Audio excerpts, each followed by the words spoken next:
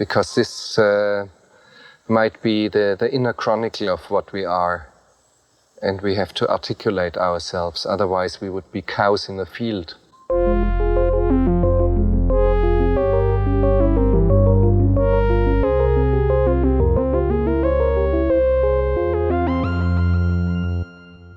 Welcome to Cows in the Field. This is a show in which we discuss philosophical themes in popular films. My name is Justin. I'm Laura.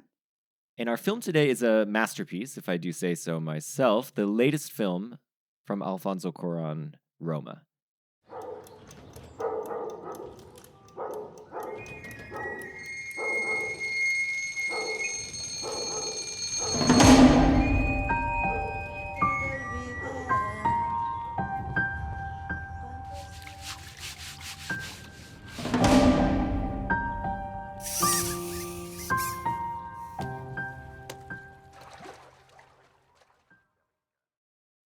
And we're joined today by my colleague at MIT, Agustín Rayo.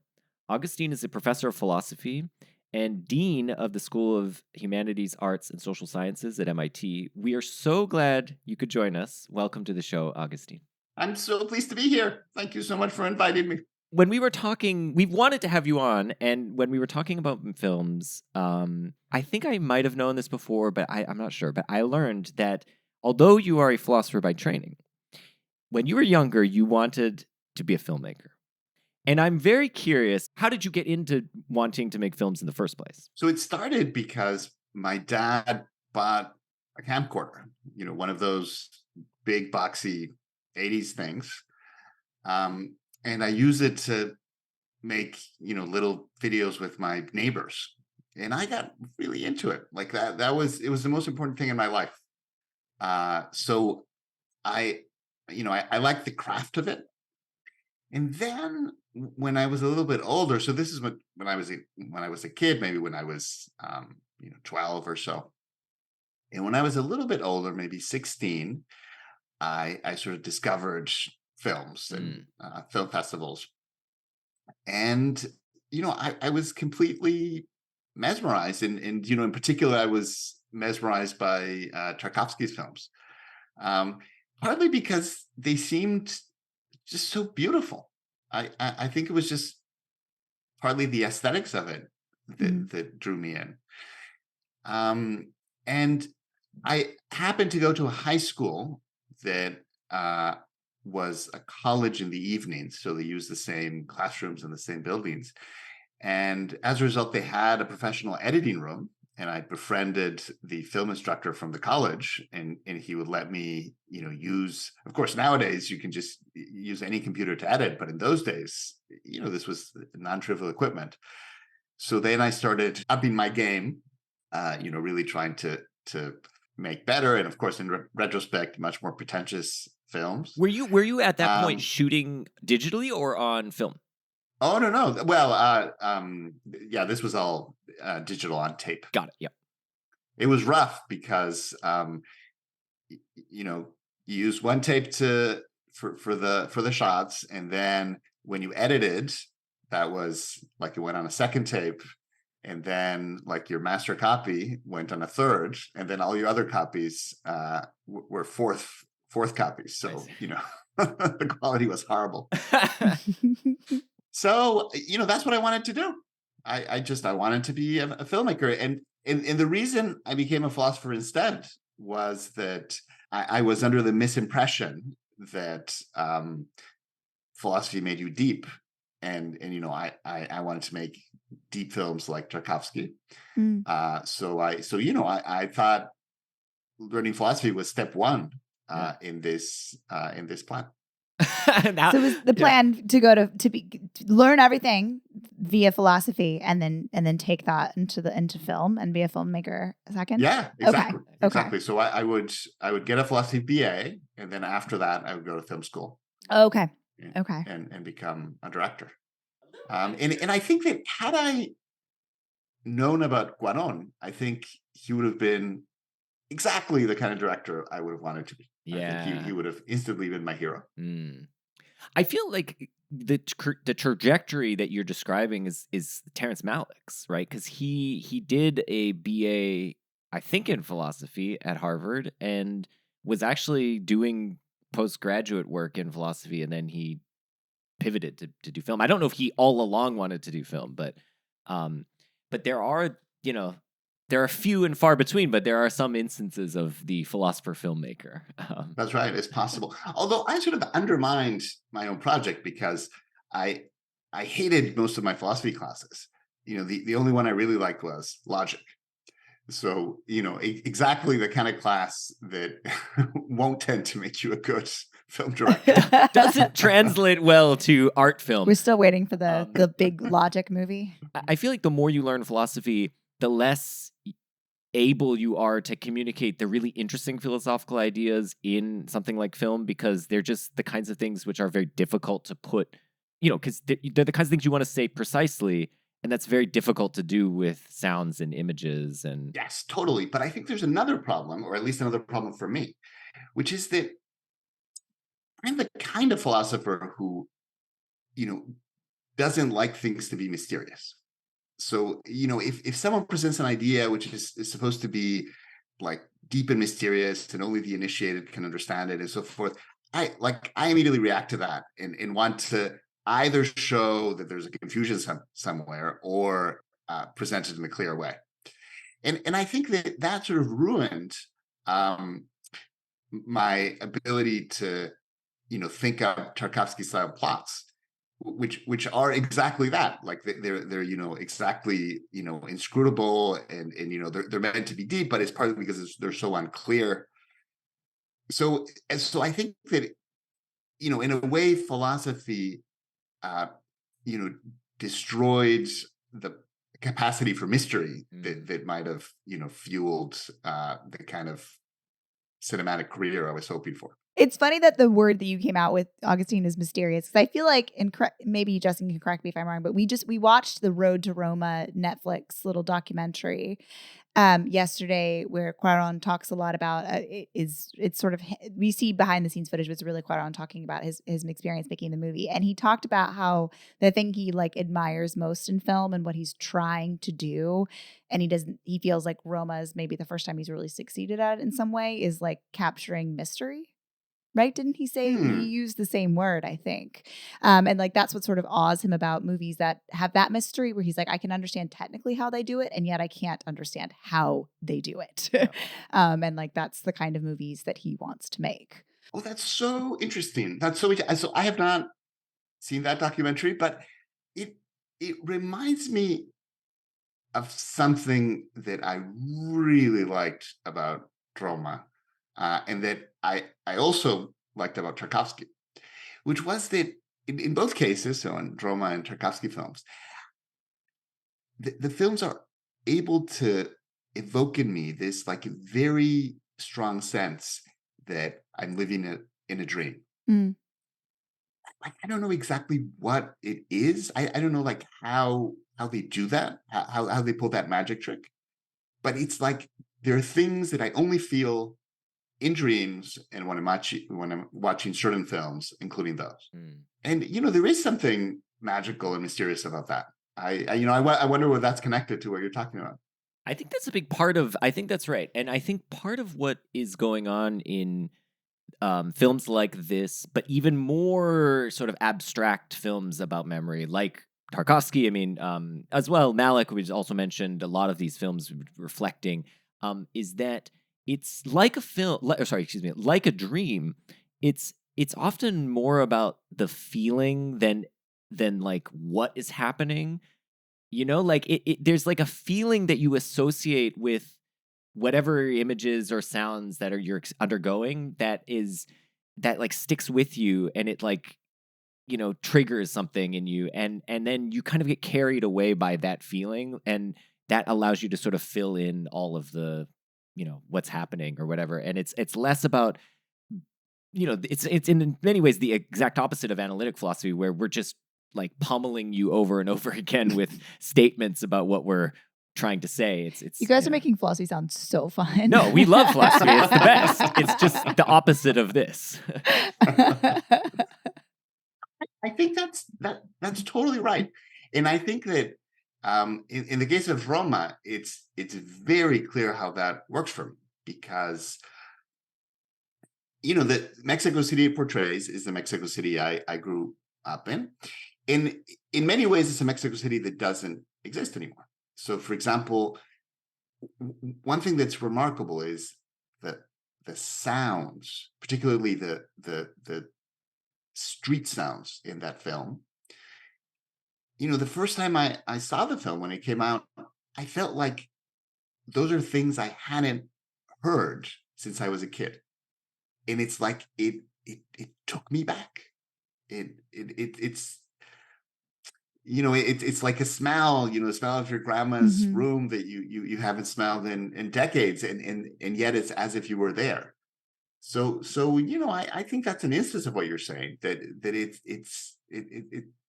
it's not the content of the story, it's how Cuarón engages you with the story. That was one thing we just on the sound, and then I want to talk more about your specific experience. The sound is really when we saw it at first. I think we saw it just on like a laptop effectively, and the sound was very muted in that regard. And then this time we saw it with actual surround sound. We watched it with surround sound, and the sound is enveloping. It's really there's so much.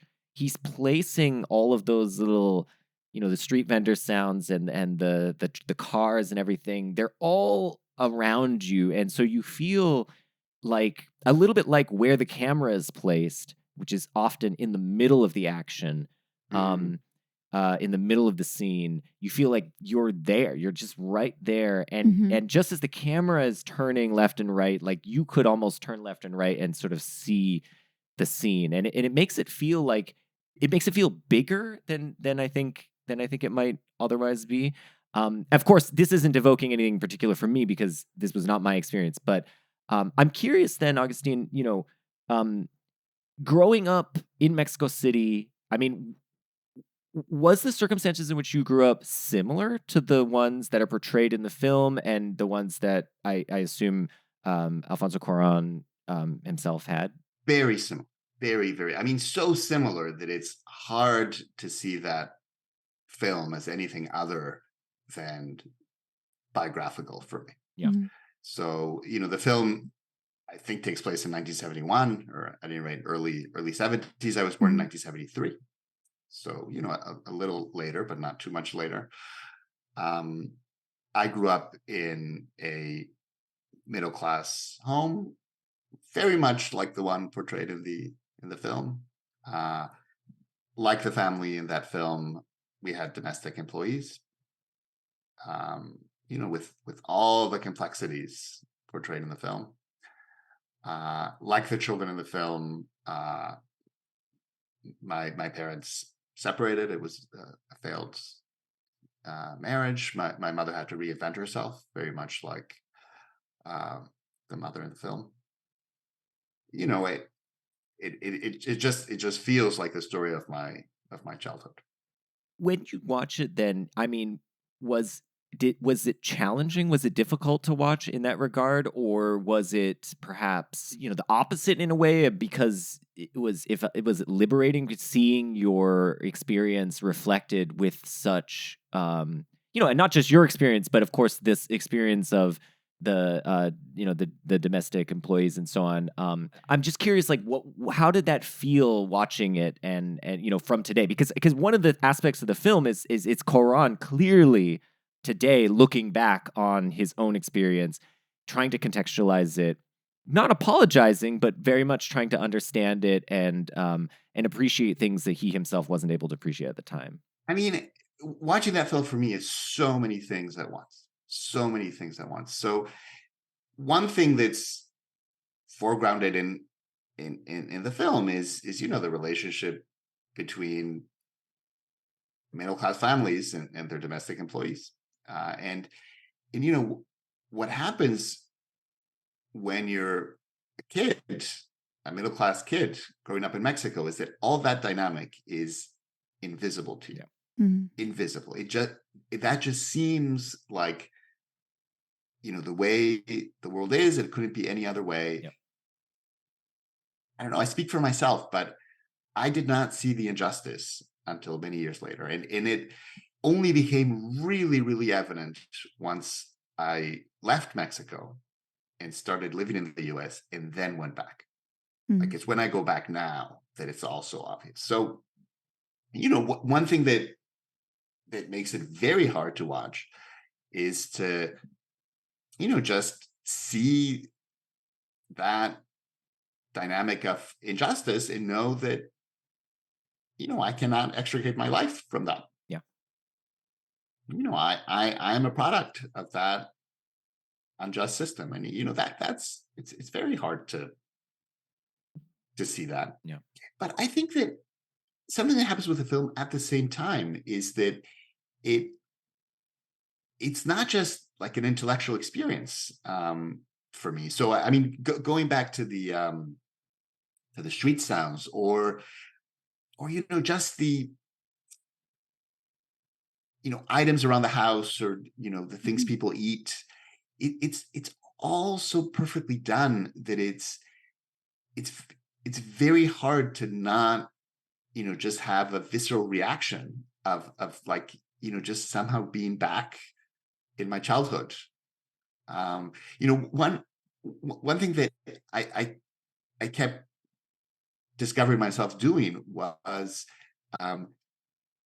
trying to smell the smells of the street and the home, and because it really was being just a very visceral experience. It's like I was there, so why can't I smell these things?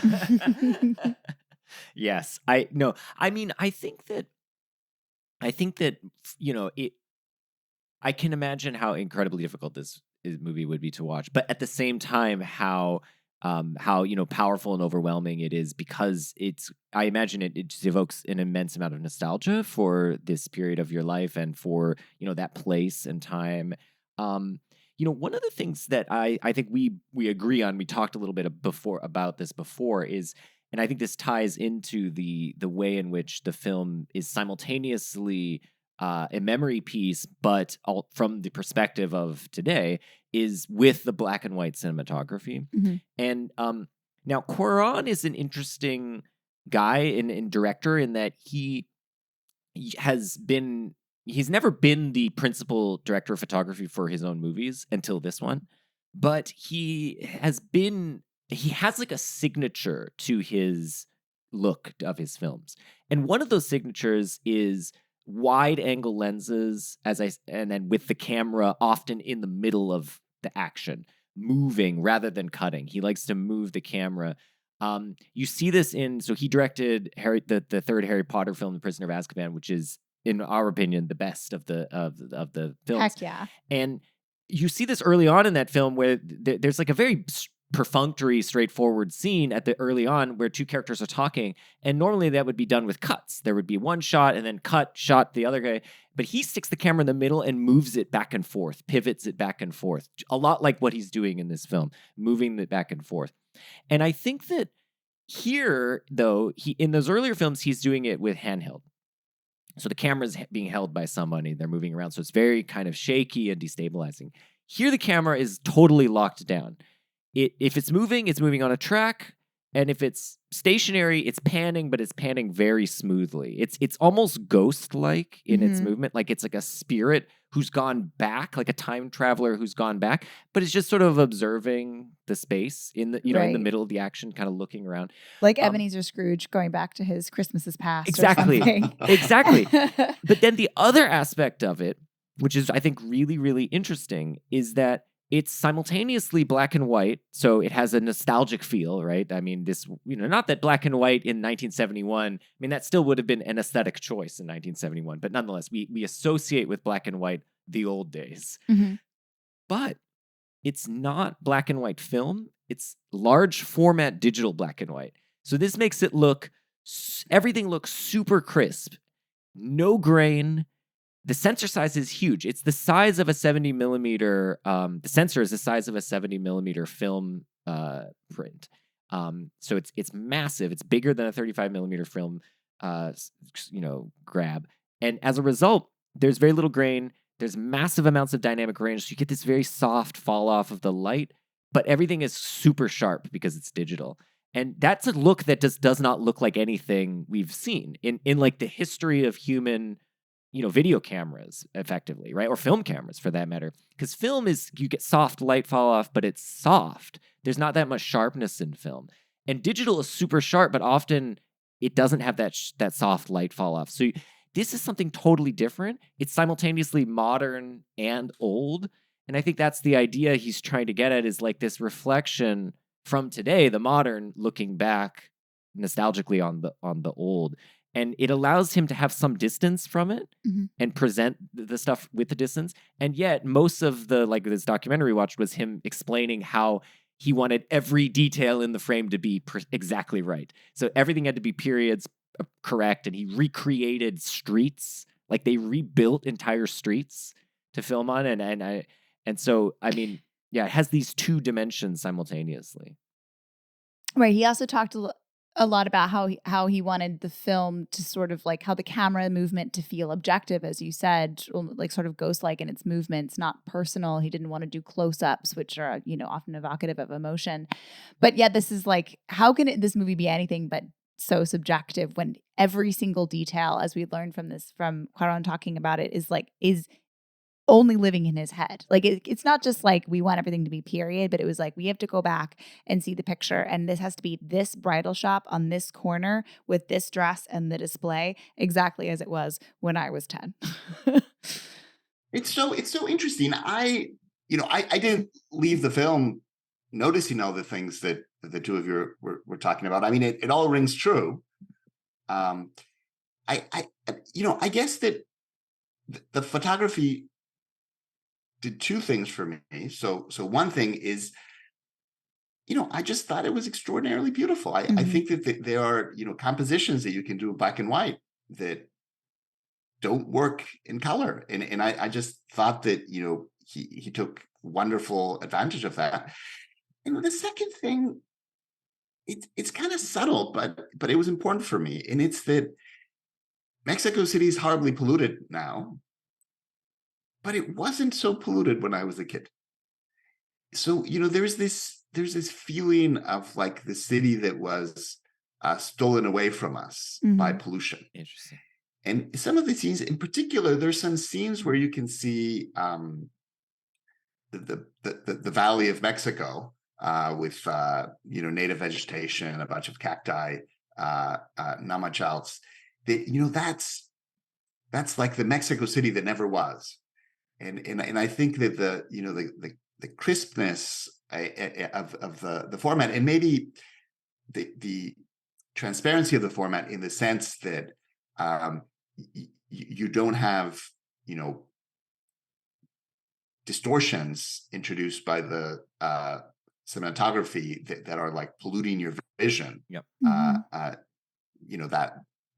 That brought to mind that Mexico that never was. Right. That's a clarity and a cleanness to it. It's like clean. Yes, yeah. exactly. The image is Exactly. clean, and it evokes cleanliness in some ways.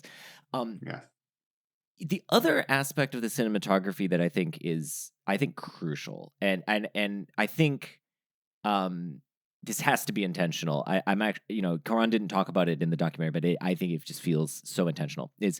So every shot, first of all, he doesn't cut very much. There's lots of long takes, but then also wide angles. So you get a lot in every frame. You're seeing, Cleo, and she's running, and then you see everything else around her. You see all of the shop work, the people doing stuff in the shops, or you see a scene that, is a slight tracking shot where you start with people, when they go visit Don Julio at at this like farm or whatever, farmhouse, and they're all drinking, and then it slowly pans and they're shooting guns, and then it pans over to what they're shooting, and you just get this slow track. And as more and more context and detail, everything is sort of being, given to you. And I think what's going on in these sequences is the foreground and the background are equally important. So the foreground might be Cleo and her needing to find the children, but the background, because it's not a close up on her, you're seeing as all the background. So your eyes can wander away from her and to the shopkeepers. and back.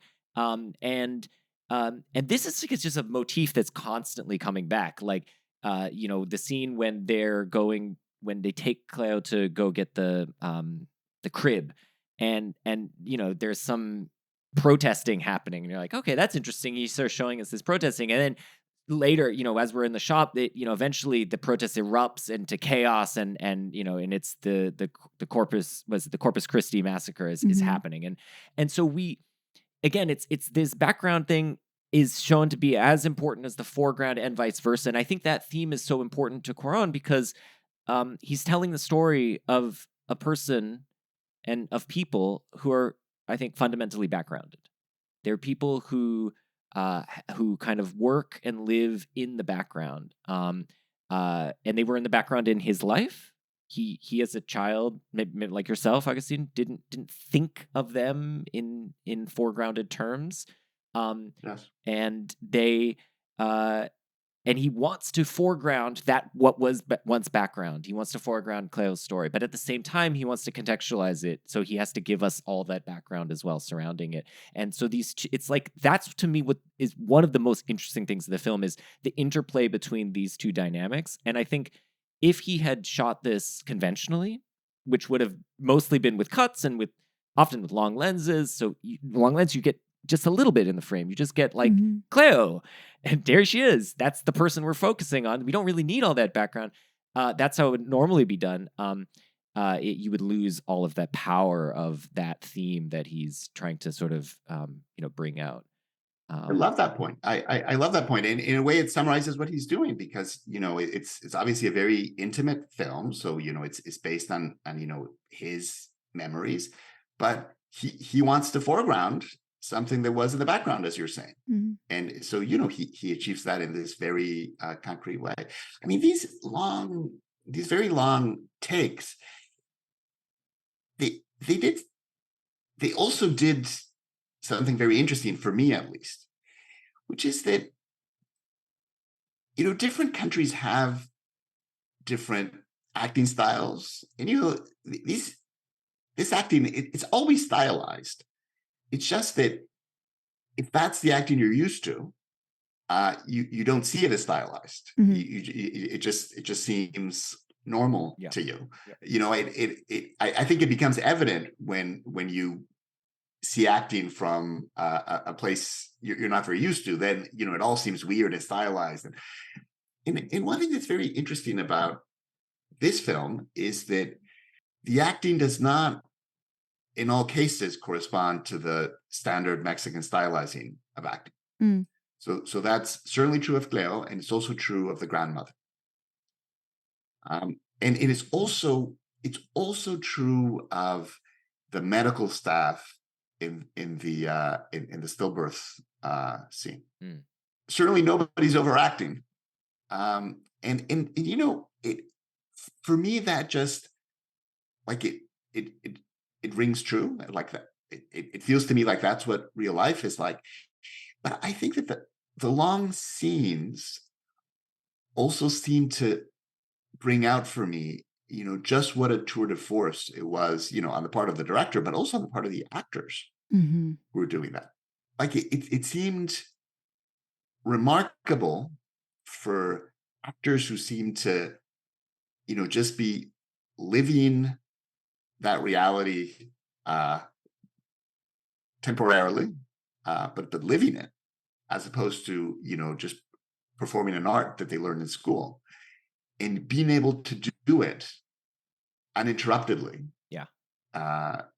In some cases, just carrying this enormous emotional load. It just seemed remarkable. It's like I'm not used to seeing acting of that quality, and again, not because they've perfected a certain art, but because they've carried that burden and shared it with the audience. I think naturalistic is one word to maybe describe it, but it's worth noting that Yalitza Aparicio, who plays Cleo, was not an actor. So she's a non-professional actor who was studying to become a school teacher, and Interestingly, you noted in the stillbirth scene, apparently all of the doctors doctors were real doctors and nurses, not actors. and nurses who do that And who do that specific procedure. procedure. And he I did not know that. He choreographed it with them, so he would ask them like, "What would you do here? Like, let's just do it exactly the way you would do it." And the last thing, this is, I mean, Augustine, just you picked up on, I think, exactly what Coran wanted you to pick up on. The last thing, which is now this is like almost exploitative, but he did not tell Yelitsa Aparicio that the baby would be born at stillbirth. Oh my God! So she thought that they were going to have like a pull a real baby baby out, under the gurney, and that she would get to like, and so and it was done one take and one take only. The take you see in the film is, I guess, the take they shot, and she didn't know that. And so in this little documentary we watched, at the end they show them filming this, and at the end of the scene, there's no cut. He just goes over and hugs her, like she's crying. She's still crying. She's genuinely crying because she didn't know that that's a genuine reaction. And I mean, it is, I think, almost exploitative, but at the same time, for me, that's one of the most powerful moments in the film.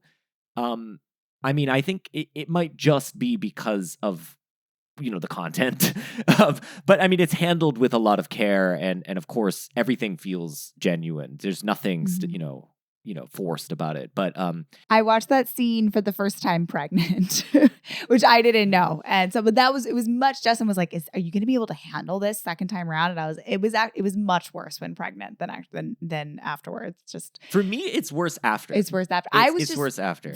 Just terrified of labor in that moment, and like all the bad outcomes. But now that you like once you've held the baby right after, that was like an incredible, like, I have pretty, as we've established on this podcast, my heart is made of stone. Yeah. But that moment melted my heart. Yeah. And so watching, just thinking about that, how, you've had a relationship with this being for 9 months, and then, I mean, it's just, I know, gut-wrenching. There's a moment when she walks downstairs after, like, when the next scene where we see her back at home, and she's kind of just staring in the distance, and Adela is like, kind of get it together. You gotta come and get something. And she holds her stomach. And that hit me a lot more now that I've, been through labor, where I was like, oh yeah, like she's not going to be okay for many, many weeks to come, physically as well as emotionally. And also, like, after I had a baby, I kept, like, anytime there was a little like bubble in my tummy, I thought it was a kick. And then I remembered the baby's out.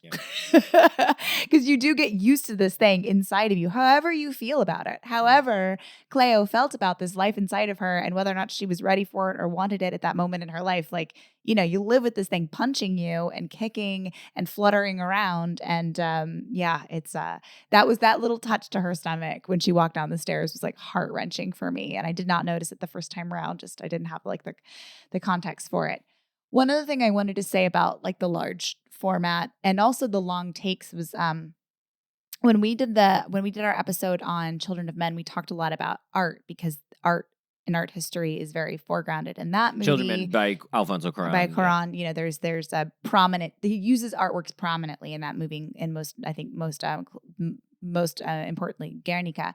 But I was thinking about murals a little bit too, with the choice to have a very large format where there's so much activity. And I think also because of the crispness of the digital, it kind of compresses too. So it really doesn't feel like there's things very far in the background and very close to the back. The things in the background are clear as well, oftentimes, as they are in the foreground. And it feels like you might see in a mural, where you're not really using aerial perspective in the same way. And you have figures all up and down, kind of all on the same plane. And then also when you look at a mural, and I have yet to go to Mexico City, and there are so many beautiful murals that I know about but have not seen in Mexico City. And the way I have seen them is through series of photographs because you cannot see the whole thing at once. It's too large. And in order to really look at a mural, you have to move your head slowly or back up. Yeah, exactly. But you also, like, I was thinking about the way he pans through a scene, like when they're shooting at the hacienda, that kind of feels like when you're moving slowly through a mural, trying to take in all of the figures and how they're interacting with one another. And I don't know if that was at all in his mind, but when I think about 20th century Mexican art, I think about murals. It feels like something sort of like very characteristic to Mexico in particular. And there's very little, close-ups or portraits in this. Manola Dargis noted that she actually, which got me thinking about her art history and art. She called the way that we see the father for the first time a cubist portrait, is how she described it, because we're just getting little snippets of his cigarette and his knuckles and, him turning the dial on the radio. But that feels like a very different moment in that movie compared to how he films everything else. I love the point about murals. I think there are particular scenes that seem really muralistic to me. I think you're right. Partly because in some scenes there's just so much going on. Yeah. So I think one scene that's like that is the shooting scene at the hacienda that Justin mentioned, and I think another is the scene where they're putting out the fire. Mm-hmm. And it's like, as the camera pans, you just get to meet more and more characters and also like see more and more perspectives. So for the fire scene, again, so much going on, but one thing you get to see towards the end is how the children are living through that experience, and how Cleo and others are like creating a little safe version of the putting out the fire for them. Uh-huh. Where, they're being asked to put out little fires. Right. So it's kind of like a mural that you look at some detail and then there's this mini story within that detail. I like that. I'll give you one more, which is when Cleo goes, she's trying to seek out Fermin, and she goes, and there's like I think some guy running for political office or something in the background. You hear him announcing his candidacy or whatever, and then he gets into a cannon and he's shot out of the cannon. And just that you get one of these. It's almost a surreal shot of like, there's so much happening. She just got off a bus. There's all these other people. There's a little kid with a bag on his head. I didn't even notice that. Yeah, he's like ready to go. I think it's like it feels like the astronaut suit, except for that we're in a smaller village, so he doesn't have an astronaut suit. He's got a bag on his head, but he's an astronaut too, and he's running around and the same as the other kids. Yeah. But yeah, Carmen was wondering about that. Carmen noticed that there's that kid who's poor, but also one of the children in the family who also dressed like an astronaut, and she was intrigued by that connection. I think maybe we have different eyes now that we're have little children looking out for the kids. I mean, I have a hypothesis. So we initially thought that that Cuarón's surrogate character was the youngest, Pepe, because he seems to have the strongest relationship with Cleo. So I just assumed. But he's also a little storyteller. He's a little storyteller, right? Yeah. When he was older, he was a sailor. Yeah, He reminds us of our own child who just makes up crap all day, and it makes no sense. But according to IMDb trivia, Cuarón's surrogate character is Paco. Oh, the sensitive one. Yeah, the middle child, right? Oh, yeah. He's the one who's always crying. Yeah. And if I'm right, because I think Paco might have been the one who's wearing the astronaut suit. Oh, okay. I'm not sure. Which we also see them in the movie theater watching I don't forget which movie it is, but it's some movie with astronauts. And of course, Cuarón did. That's his gravity. Yeah. That's his gravity. And that's his nod to his. Presumably, he saw that film in theaters and was, and kind of carried it with him. And Well, maybe he's like the one who's looking out for Mexico City. Like there was also so many moments of looking up at the airplanes. At the planes, yeah. Right. So he's obviously, he's little. His world is his world, but he's maybe the one who's thinking about the skies, outer space, other parts of, beyond beyond his home. One thing that was really powerful for me watching the film is that, of course, that stillbirth scene is extraordinarily painful. But I think that, like Cleo, I sort of didn't want her to have a child because, I with just worries about what the life of that child was going to be, and also what's going to happen to Cleo. Yep. If she brings home a child. Yeah. And to me that made the scene at the beach where Cleo is able to externalize that, especially powerful, because it felt like it brought everything together for me. It like closed the emotional circle of like my own experience of the film. I think one could take a straw poll on which is the most emotionally devastating moment of the film, and you would have like a dead heat between that moment and the moment when she can sort of makes that confession to the huddled children who she's just saved, that sobbing that she didn't want the child, and sort of revealing to us that it was more than just the losing of her child that's upsetting to her, but the guilt that she carries with her of not wanting it. And I mean, it's gut wrenching. I mean, I find that yeah. But I think as viewers, we too, like Augustine, feel like, I mean, obviously that scene is wrenching, but you're also like, okay, well, that, at least because at least we don't have to, her life is not more complicated in the sense that like all throughout when she's pregnant and her employers like, we support you, we'll take you to the doctor, we'll buy you a crib. I'm still thinking like, but what's the plan? How is this going to be? Totally. Is she going to live upstairs with Adela and the baby? And how can she be expected to do all of the things that the family will 100% expect her to do with the baby? Like it does not seem like it's going to end well, and that's really scary. And it does speak to like that sort of strange place she is in their family where she's taken care of by them, but she's not their family. That's right. She's in an impossible situation, and I think that's part of the injustice that Augustine was talking about is that she's not able to make choices like this. So she's sort of in some ways forced to not want this to want this child not to be, in a way, and then when that's granted to her, she now has to like live with the guilt of like it coming to be. I mean, and I just think it's brutal because it's not like it was she had much choice in the situation, as you're saying, Augustine. I mean, it was the situation that she was in sort of dictated that this was that if she was rational, that's what she would desire. But it's just a horrible thing to desire that your child. No, and as you say, just very, very limited choices. Yeah, very, very little. That I mean, it could have been worse had she not shared the information with her employer, or if the employer had reacted differently. Yeah, but very, very limited.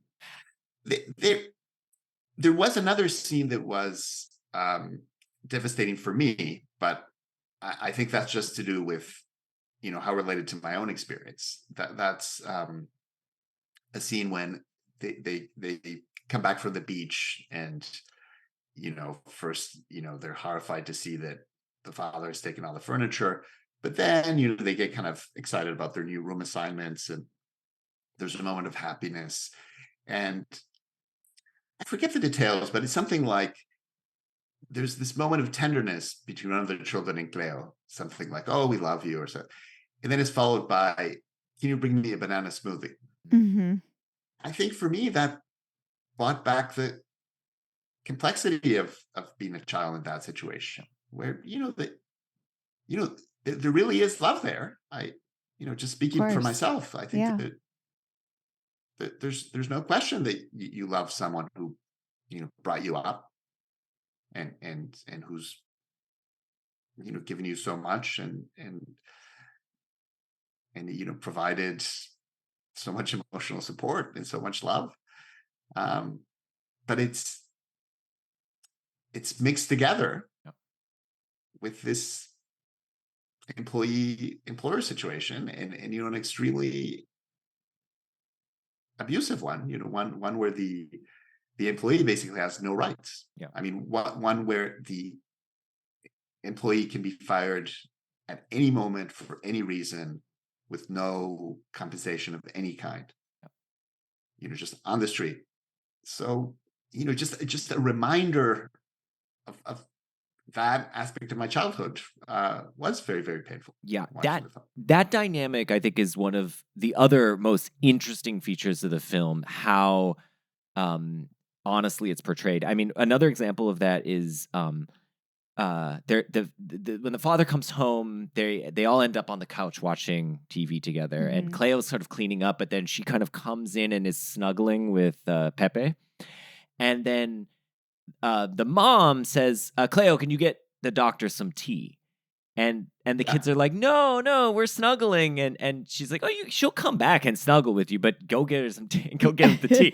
And doctor. it's that reminder that just like, wait, she's sort of in that moment, and we linger on it, a part of the family. She's there in the tableau, hugging the kid.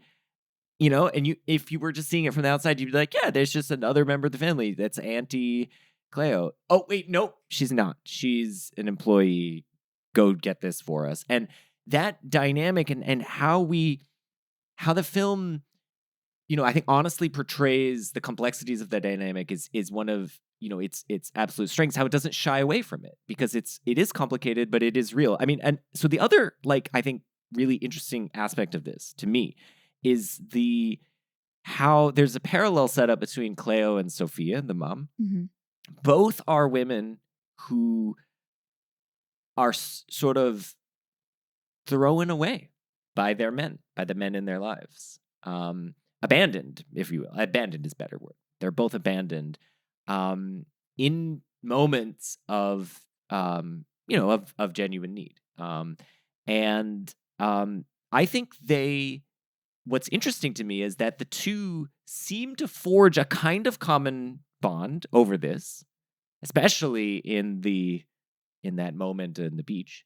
But of course, we're just consistently reminded that it is shot through with that transactional aspect of their relationship, and that they can never really have the same kind of common cause because one will always be subordinate to the other.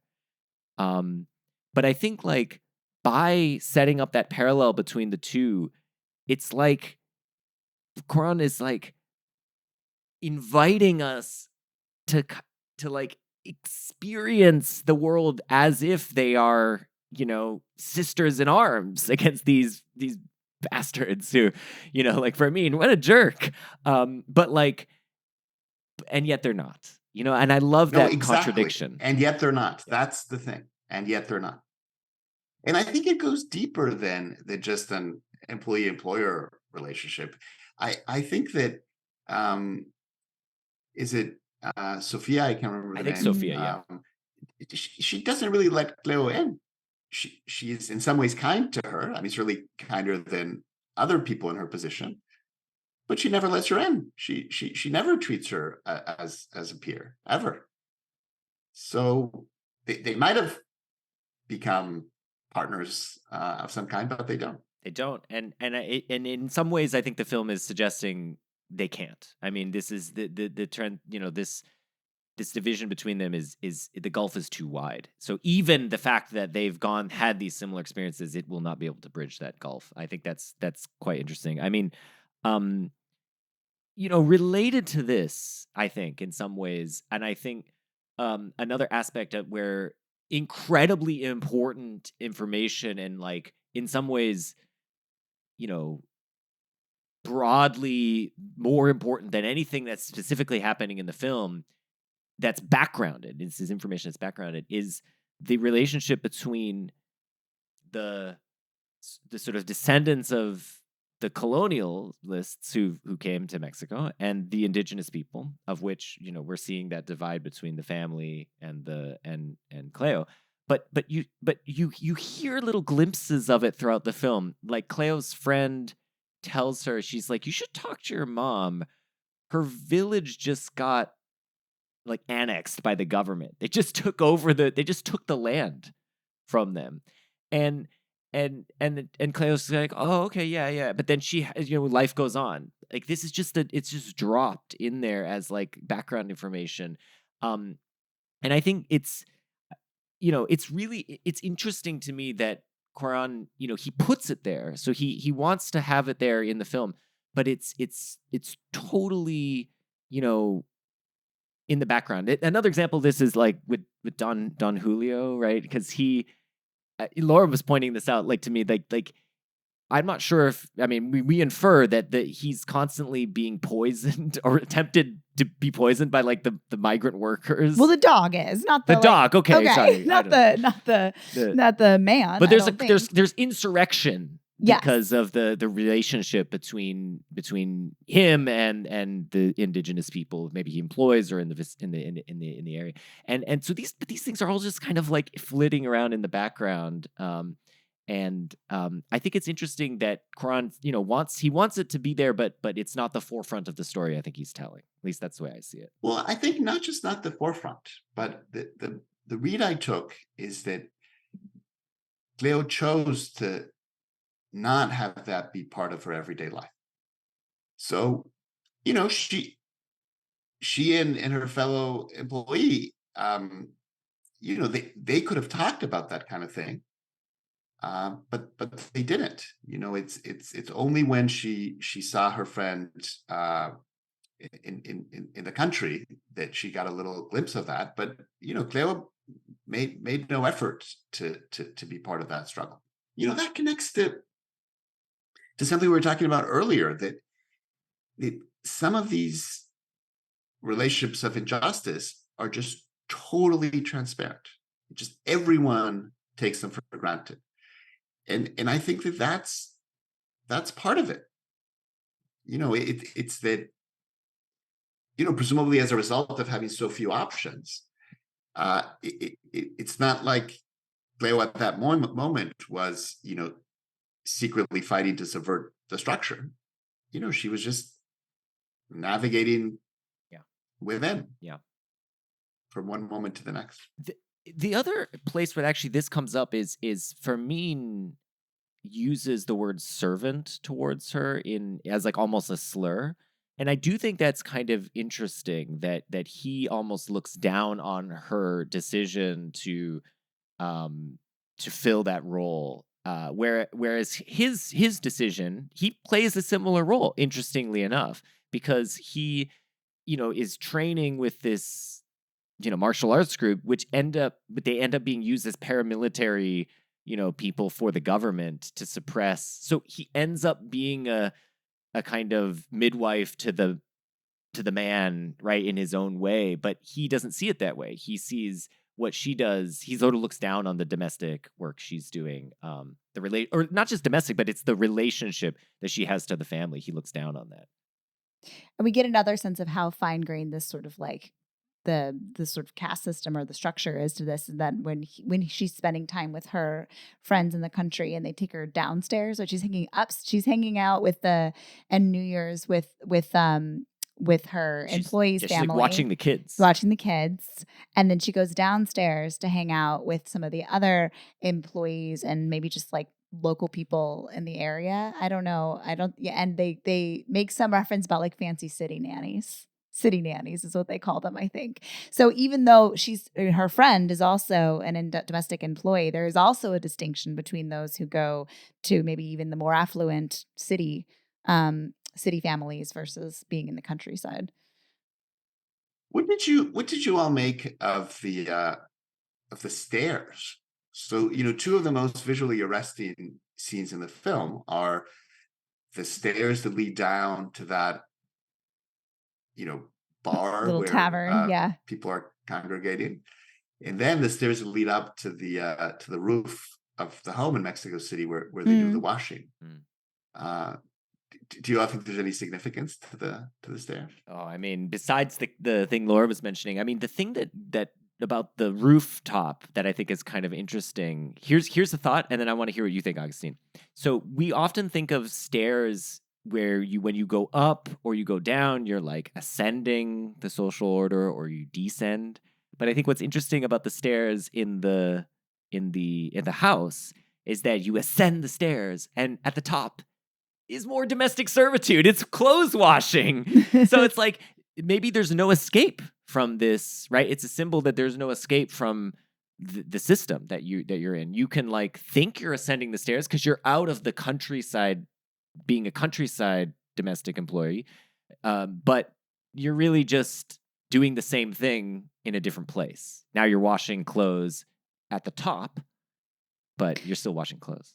And in both scenes, we get a comment about like tumbling or falling too, because when we see Cleo washing, she's worried about the kids because they're running around. I think Pepe and Paco are playing, and she's like, "Don't go near the edge. Your mom does not want you up here," because it's not a very safe area for them to play.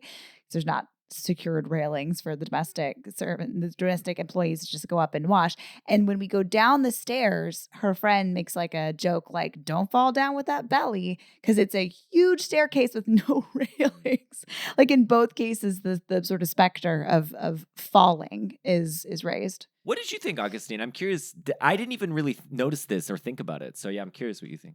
So I noticed both scenes just because I thought they were so beautiful. Mhm. I thought those were just glorious moments of cinematography, but I was unable to associate like solid metaphors with them.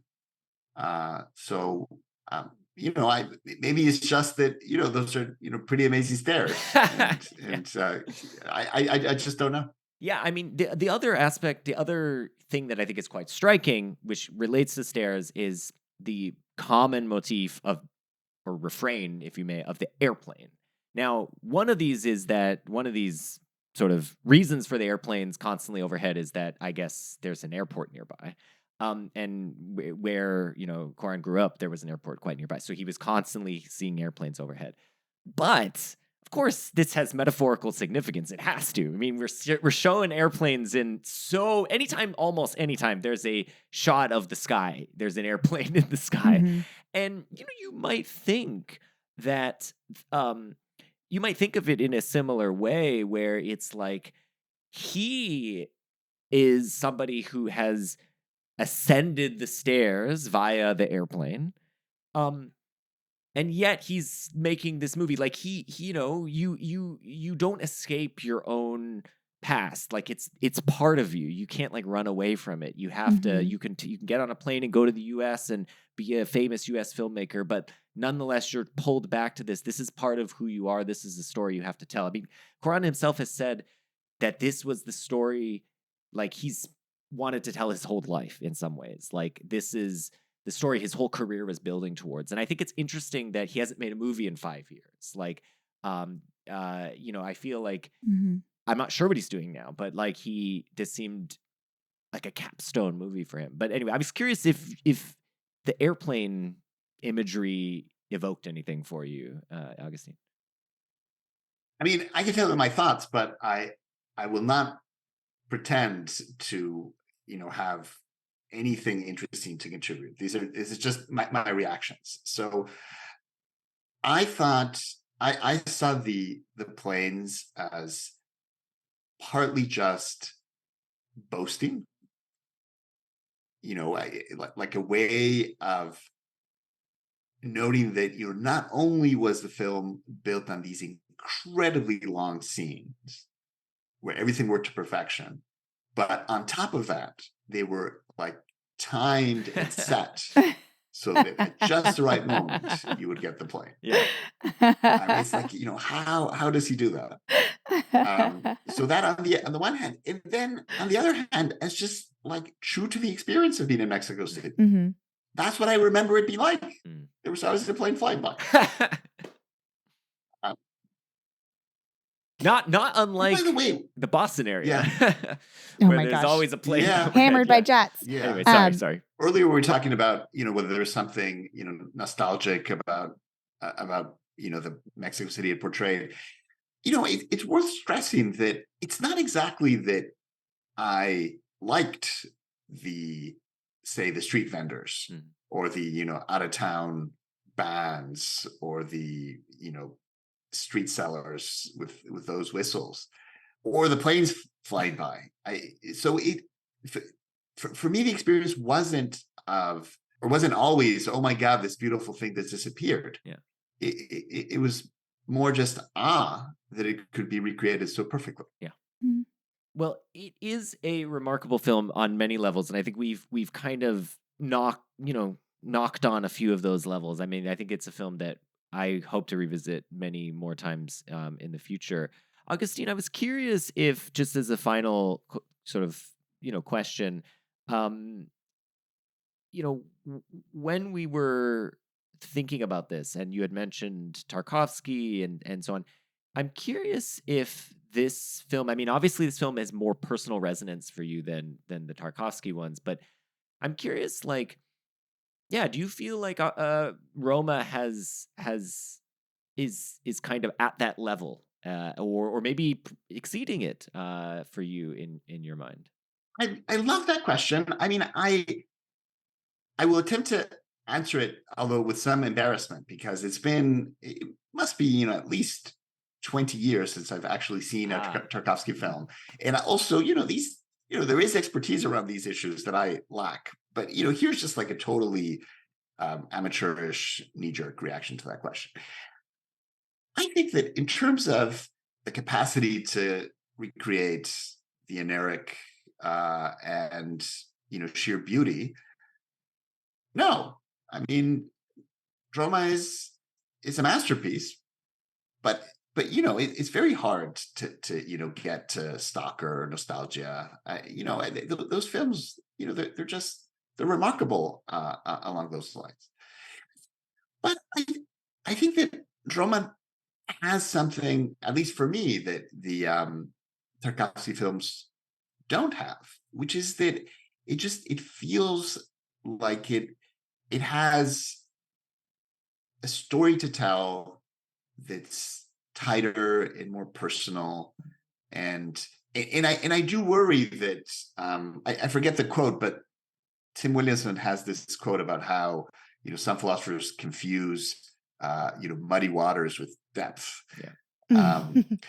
With Tarkovsky, I always worry a little bit about whether there's really nothing there. Yeah. Whereas with Roma, there's no such worry. I feel like there's just this incredible story being told, and it's there, and you can see it. So I think in that respect, Roma is just a superior film, even though it doesn't create the kind of magic that Tarkovsky can sometimes create. Yeah.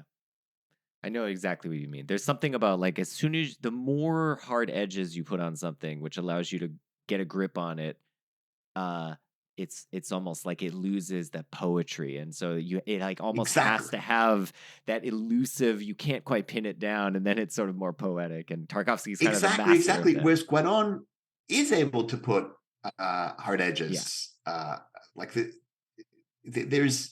It's not just the cinematography, like everything about the film is crystal clear. Yeah. Mhm. And yet it achieves such greatness. Yeah. So that's right. That's exactly right. Agustín, thank you so much for being here and joining us. And at this point, we would have you plug something, but I don't want to presume, but I suspect there's nothing you want to plug social media wise or anything. To plug? Probably not. You mean like, what would I plug, a philosophy paper? Or? Yeah, or you have a paper coming out on Tarkovsky. No. Sometimes not. we'll have our guests sort of share their Twitter account, but you're not on Twitter. No. There's no. You just direct them to the Shas website. That's right, to the Shas website. And but thank you so much for being here, Agustín. This was a real pleasure. And we are CowsPod on Twitter. You can find us on the web at cowspod.wordpress.com. And in 2 weeks, we'll be talking about a movie very much the opposite in many ways of this movie. We'll be talking about The Phantom Menace with podcast impresario Matt Teichman. See you then. Bye.